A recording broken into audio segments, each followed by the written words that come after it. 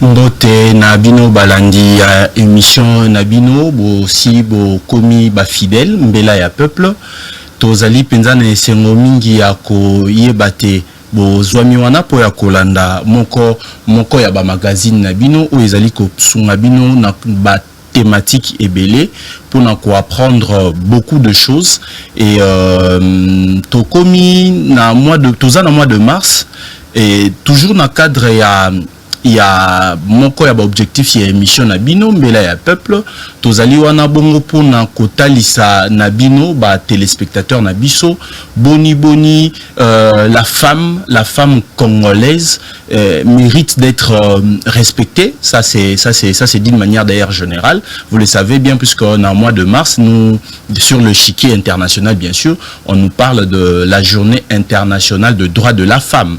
Alors on ne peut pas finir vraiment ces mois sans pour autant dire un mot à toutes les mamans et en tout cas je me permets de vous dire bonne fête les mamans, continuez à bien fêter mais vous allez rappeler compréhensif pembeni ya ba papa hein nous baby ba papa bazara na moi un moment ba besoin mo ebele et vous allez rater que ceux qui papa et moi ndamba retard et créer problème. Mesdames et messieurs, chers téléspectateurs de l'émission Mbela ya Peuple, nous sommes heureux en ce jour de recevoir une dame qui est un peu rare dans la télévision, mais qui commence maintenant à affronter la télévision, puisqu'elle s'est sentie prête. Elle s'est sentie prête. Et elle, c'est Madame Fololo Florence, que nous disons bonjour. Bonjour, monsieur. Je vous crois bien portante. Bien, merci. Bien, merci. En forme. En forme. Ouais, c'est une première de vous recevoir sur notre chaîne, hein, sur notre plateau d'ailleurs, ZM Télévision, Mbela ya Peuple. Nous aimerions d'abord avoir vos sentiments, si je peux les dire comme ça, par rapport à ces premiers numéros.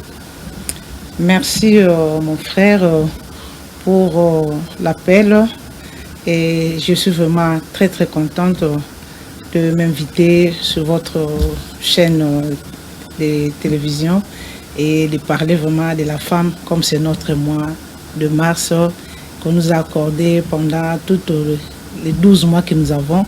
Et aujourd'hui, moi, je dois parler devant toute la population, comme l'émission le parle bien, c'est Mbela ya Peuple. Vraiment, merci beaucoup, sentiment de joie. Merci beaucoup. Alors, puisque vous êtes là au Kolobela Bassi, puisque l'émission d'ailleurs est en bilingue, hein, oui. Au Kolobela Maman et aux occasions, j'aimerais un peu savoir, hein, Nini Oyo Tokoki d'abord Kosimba par rapport à Journée internationale des droits de la femme. Bon, Oyo Sengeli Kosimba, je crois que c'est depuis 1977. Oyo et Pesamelaki Biso Maman. Pour être tout quoi kotiaka makelele comme femme parce que zalaki que moi si avant di kaka lobakate moi si esengeli kaka vandala mbaka na nzungu a s'occupaka na bana mais est-il qu'il y a un groupe de femmes à s'arranger qui pour que ba to quoi ko bénéficier moi au ya mars yango ba koda biso que le 8 mars vraiment esengela ki ba sito telema pour te to quoi ko loba posa ya biso to quoi ko lobela etali femme yango wana moni pe lelo na bengami pote na kwa kolobela o etali basi o etali ba droit na biso vraiment esengo makasi o etali ba droit na bino puisque vous devez les défendre vous en pour nous défendre ba droit na bino maintenant na sujet na biso alelo aujourd'hui je vous annonce nous parlons sur la femme et les élections. La femme qui jadis était une locataire à vie na cuisine. Si ce n'est pas dans la cuisine, c'était dans les champs. Maintenant, aujourd'hui, quelle est la différence que vous accordez entre la femme d'antan et la femme d'aujourd'hui? Bon, je vais dire ceci. Je dois d'abord parler de la femme. La femme, c'est, comme vous avez dit, c'est vraiment un être humain. Et la femme, proprement dite, moi, si je dois souligner, je dois parler d'une femme responsable, une femme mariée, une femme qui est épouse d'eux. Là, je souligne d'abord sur ce point-là. C'est pourquoi aujourd'hui, quand on doit parler de la femme, face à tout, la femme des temps avant et d'aujourd'hui, la femme d'avant était à la cuisine, était là pour s'occuper de l'accouchement des enfants. Mais aujourd'hui, la femme est debout, la femme s'occupe de tout, la femme est ingénieure, la femme est enseignante, la femme est tout. Donc, il s'égale à l'homme, il fait tout ce que l'homme fait. C'est pourquoi aujourd'hui, nous parlons vraiment que la femme, elle est maintenant forte. Elle doit s'occuper pas seulement de ce que les hommes attendaient, mais la femme maintenant s'occupe de tout ce qui peut lui arriver comme embauche, comme travail, comme tout. Donc aujourd'hui, la femme a zali sous karaté au tobanda qui monte en cuisine, mais a commis obligé à kosala oyo nengi bolobara o mibali pe basalara, c'est ça en quelque sorte. Oui, en quelque sorte, c'est ça. Bongo, moi c'est azaka kana na kolamba supu te, azaka kana komema mwana mkongo te, moi c'est sikoyo afungwami amitie na nzela lokola pe mobali akokende musala akosala o esengeli o pe mobali akokosala parce que tout le monde na bisika mususu mobali pe aza ingénieur, moi c'est pas aza ingénieur, donc moi c'est tikali kaka na cuisine te akomi ko mitanda na esika pe mobali azali. Madame Fololo Mikala Florence, vous êtes présidente, il y a moko ya ba association topé ba organisme national non gouvernemental, ONG, AHD. C'est vraiment AHD signifie quoi? Bon, Nazak Bongo, présidente, il y a AHD, Association humanitaire pour le développement des ONG Langai. Vous vous occupez de quoi pendant 2-3 minutes? Bon, pour l'association Nabiso, vraiment, c'est donné pour s'occuper na bana, pour accompagner les jeunes na formation nyonso esengeli, et puis ba maman pe lisusu pour accompagner ba maman na misala ebele parce que ça ba maman mususu ba kansaka esengeli avant dakaka asala soki ya mema mwana na mukongo mais autre ko encadrer pe ba maman pour na kosala misala mususu ndeti misala ya autre zo benga lelo service manyuka kala tolo kaka za mwana musala mais biso toni ko valoriser ngo pour être soit formé. Donc na kati ya ONG na biso tozo ko encadrer ngo na ndenge mo mususu ko pesa bango penza ba formation pe ko lancer bango na kati ya marché na ndenge moko vraiment valoriser na ndenge moko ya propre pour ba ke musala ya ndaku yango pende simba kama bota pour ce ko zana mama alambela kayo supu esengeli ko respecter parce que yende asimbi au moyen na bino na kati ya ndaku.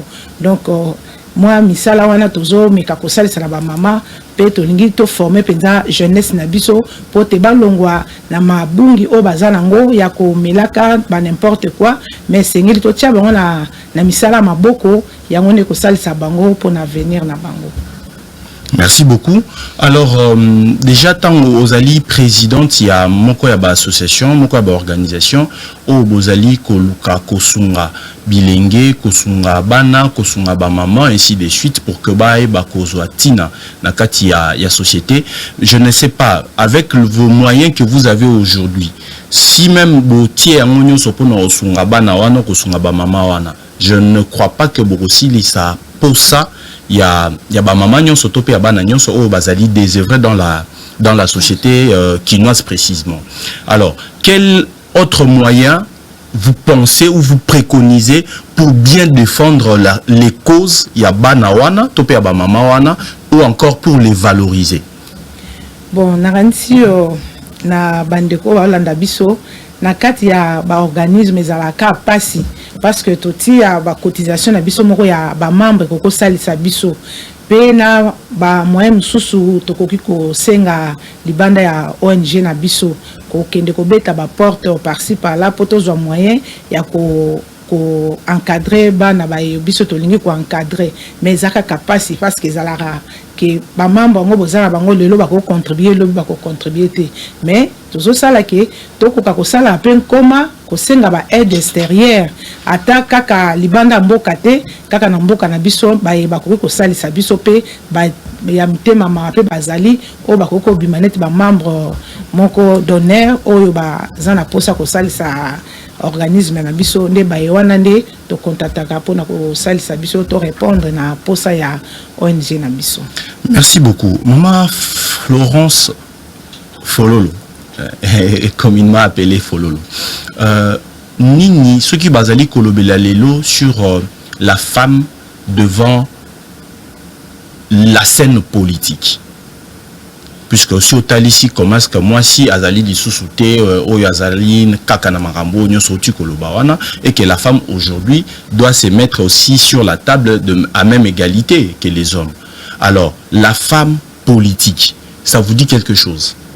Oui, la femme politique eza moi si oyo alingi ko sale la politique tolba politique ya mboka to. Et ça vous intéresse? Oui, moi ça m'intéresse parce que ngaime na se porter candidate déjà pour na commune nga ya Mongafula à niveau provincial na ndimi lelo na sale la mboka ya ngai na niveau ya l'élection provinciale pour dire que na sepela kana politique vraiment cette fois-ci na telemi pour te na koka ko sale la mboka ya ngai na parti au Nazali. Est-ce que au Télémi Isaka Kate peut-être pour na profit wana ndenge ba lobby que ba ko accorder grâce na ba liste ou représenter Basi Ebele to ezali une conviction que vous aviez portée depuis très longtemps que vous voulez maintenant il l'a matérialisé comme conviction bien sûr. Bon, exacte que ndenge bato bazolo bake non tamsuto nito landa le meilleur au bandeko basusu bazozwa pote to mingisa na politique te biso basi to mona ke basi mingi bazolinga ko bimate to bomba na kaka to tia makelele te yango ngai personnellement na lobby cette fois-ci esengeli pe to mitia to zalebele na kati ya parlement parce que to mona ke esika moi si pe azali makamala mazalaka parce que biso baende to memaka bana to lo ba clair to memaka zemi to memaka bana biso ba to kendeke maternité to pesaka bébé pe biso pe to pesaka forme na mwana pour ce que totali mwana soka botami na ebité soki bako lo ba le contraire mwana soka botami azalaka mwana mutu eza mulai mais ngai mama muna yeba boni na kolamba mutu a mwana po eza forme malamu po lobi afinga mate kaza na dikosi par exemple yango ngape comme mama na lobi mboka ya ngai Congo to yebi ke makamba ko saleze belé ngape le na telemi bo mama po te na sel sapé mokonzi ya mboka pote to pesa penza forme ya malamu pona Congo ya biso ya lobby yango na se porter garant nazomona mbongo te na talipe milliers nazali commune na ngai na lobby vraiment pour cette fois-ci nazama tembela simanda ku ya commune na Mongafula na lobby na telemi pote na kokape ko loba na telema lokola bandeko babali basusu pote na lobela commune na nga pe na lobela mboka na ngai Congo. Ça c'est un langage que nous attendons un peu de gauche à droite. Hein. Maintenant, par rapport aux contraintes électorales, moi si au lobby déjà que vous avez pratiquement future candidate, oui. Parce que jusque là, oui. Ce ne sont que de makanici azana souci wana. Alors puisque vous allez payer le rôle là-bas et postuler dans l'élection en 2023. Alors, j'aimerais savoir qu'est-ce que vous chercherez ou alors comment est-ce que vous comprenez les élections d'abord dans notre pays pour que l'IOP aussi lancé de manière que Oyeba décrocher siège au Européen Sabiso na différentes circonscriptions. Précisément, il y a mon afou là. Bon, na kota la élection Isakaka 2023, l'élection on a 2006 otala ki boni ba élection elekaki na mbala na 2006 ngape na votaki na zwa quand même formation oyo biso na kati ya comité to kendaka je crois quelque part na lotendele to zwa ka formation sur votant utile to yebi boni mutu akoki ko voter boni to ko tindika mutu na okende ko sala choix yango pona ba élection ya mbale pe susu to ko sala effort liboso nanu to bandaki ko lakisa bandeko ko kende nanu ko s'enrôler pour ceux qui bo s'enrôler boza ebele bo zui ba carte ya ba électeur ba carte na ngonde ko salisa biso to kende na maponami pe ceux qui na district na bino soit na lobi na commune na bino na bozui boza ebele je crois que basai pe ko pesa mena bino ebele yango wana to salisa kina no population pona ko kende penza ebele ko kende ko zwa ba carte ya ba électeur na ya ba carte électeur bongo pona mapono ya mboka na biso tozo ko sala ke mobu eye na 2023 soit penza ezala meilleur muna mutu atala nani oyo ye akopona pe kopona ye pe na ndenge ya profit mon côté habiter ce qui bon en fait olobi bozo kotala lolenge nini bokoki kosala pour que la population fasse un choix utile ndenge balobaka voter utile mais le yo étant que moi na mwasi olobi pe oza na kati ya commune na Mongafula etonami na ba érosion d'ailleurs babengi en vrai terme normalement c'est le nom de la commune c'est les montagnes de Ngafula normalement c'est ça mont là c'est montagne les montagnes de Ngafula bongo yo mama